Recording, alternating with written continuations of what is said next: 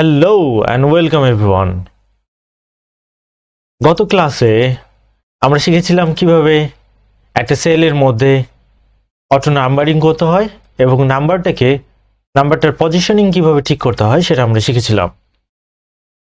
আজকে আমরা টেবল সম্পর্কিত অন্যান্য বিষয়াদি, যেমন কিভাবে আপনি একটা টেবলকে ইনসার্ট করবেন আপনার মাইক্রোসফট ওয়ার্ডের মধ্যে, সেটাকে কিভাবে অটো ফিট করবেন এবং সেটার প্রয়োজন হলে মার্জ সেল কিভাবে করবেন, সেটা টেক্সট ডিরেকশন কিভাবে সেট করবেন এবং টেবল ডিজাইন কিভাবে করবেন। তো চলুন শুরু করা যাক। প্রথমেই আমরা ইনসার্ট চলে যাই, ইনসার্ট থেকে টেবলে চলে যাই, টেবল থেকে আমরা চাইলে এখান থেকে অনেকভাবে নিতে পারি। আমরা চাইলে এখান থেকে এইভাবে করে সিলেক্ট করে করে নিতে পারি, অথবা আমরা কি করতে পারি, আমরা ইনসার্ট টেবলে যেয়ে আমরা আজকে নিব 6টা কলাম এবং র নিব 10টি। এরপরে আমরা ওকে দিয়ে দেব। দেখতে পাচ্ছেন যে আমাদের টেবিলটি চলে এসেছে। তো এখানে আমরা সিরিয়াল নাম্বার,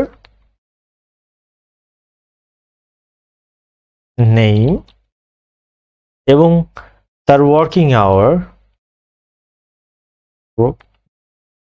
from to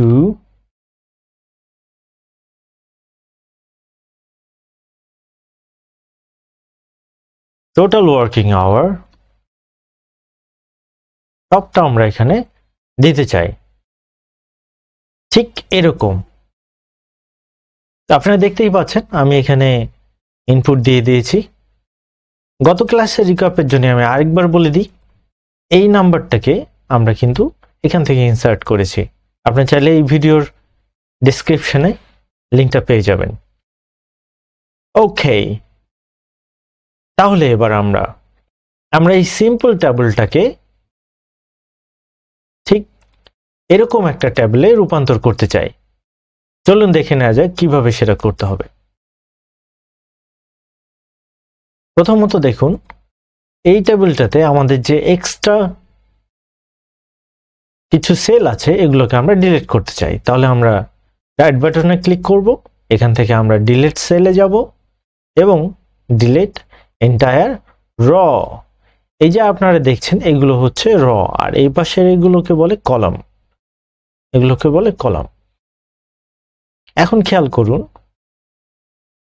এই টেবিলটা অনেকেই আছেন যে এইভাবে যদি থাকে তাহলে তারা হাতে ধরে ধরে ধরে ধরে এইভাবে ফিক্স করার চেষ্টা করেন, কিন্তু আমি বলবো এরকম না। আপনারা এখানে যাবেন, এখানে রাইট বাটন ক্লিক করবেন, এখানে অটো ফিট অপশনে যে অটো ফিট টু উইন্ডো দেখবেন আপনার টেবিলটি অটোমেটিক্যালি আপনার যে বর্ডার আছে, আপনার যে উইন্ডো আছে সেটার সাথে অটোমেটিক্যালি ফিক্স হয়ে যাবে। আমরা চাই যে যেহেতু হৃদয় স্যাটারডে সানডে মানডে 3 দিনই ডিউটি করেছে, সুতরাং তার নামটা আমি 3বার না দিয়ে একবারই দিতে চাই। সেক্ষেত্রে আমি কি করব, এই 3টা সেলকে আমি সিলেক্ট করব এবং রাইট বাটন ক্লিক করব। দেখতে পাচ্ছেন এখানে মার্জ সেল নামে একটা অপশন আছে, আমরা সেটা করে দেব।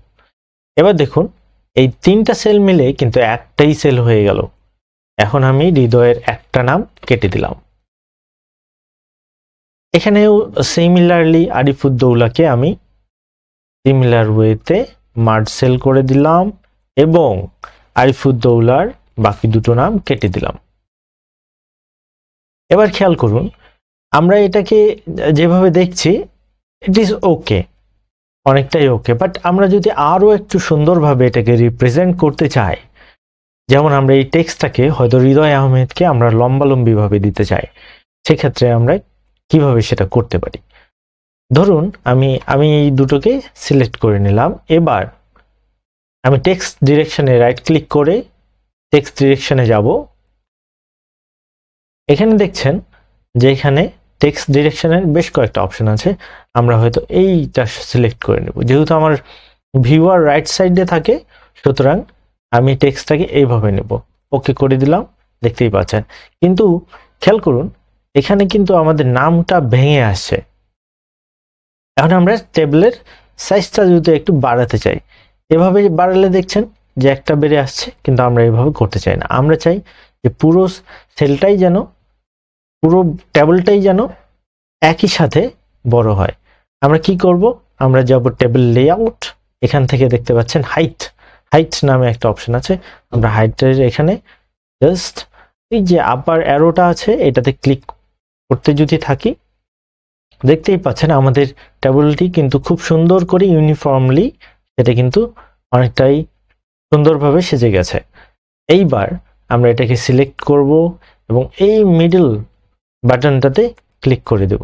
তাহলে আমাদের কি হবে, সব টেক্সটগুলোকে সে মাঝখানে নিয়ে চলে আসবে।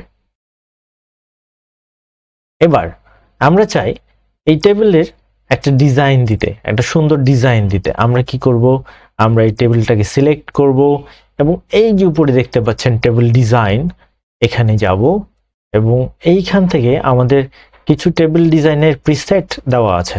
আমরা এখান থেকে যে কোনো একটি প্রিসেট সিলেক্ট করে নিব আমাদের পছন্দ অনুযায়ী। আমার ক্ষেত্রে আমি হয়তো এই ডিজাইনটিকে সিলেক্ট করছি, দেখতে পাচ্ছেন। এইবার খেয়াল করুন আমাদের কিন্তু এই হৃদয় আহমেদ এটার মিডলে নাই। এটাকে কি করতে হবে, আবার আপনাকে এটা সিলেক্ট করে টেবিল লেআউটে যে দেখছেন এটা অ্যাকচুয়ালি উপরের দিকে অ্যালাইন টপ সেন্টার এরকম একটা অ্যালাইনমেন্ট চলে গেছে। আমি যদি এটাকে মিডিলে দিয়ে দিই তাহলে আবার কিন্তু সে মিডিলে চলে আসবে, দেখতে পাচ্ছেন। এবার আমাদের এটা অনেকটাই সুন্দর লাগছে। Thank you for watching.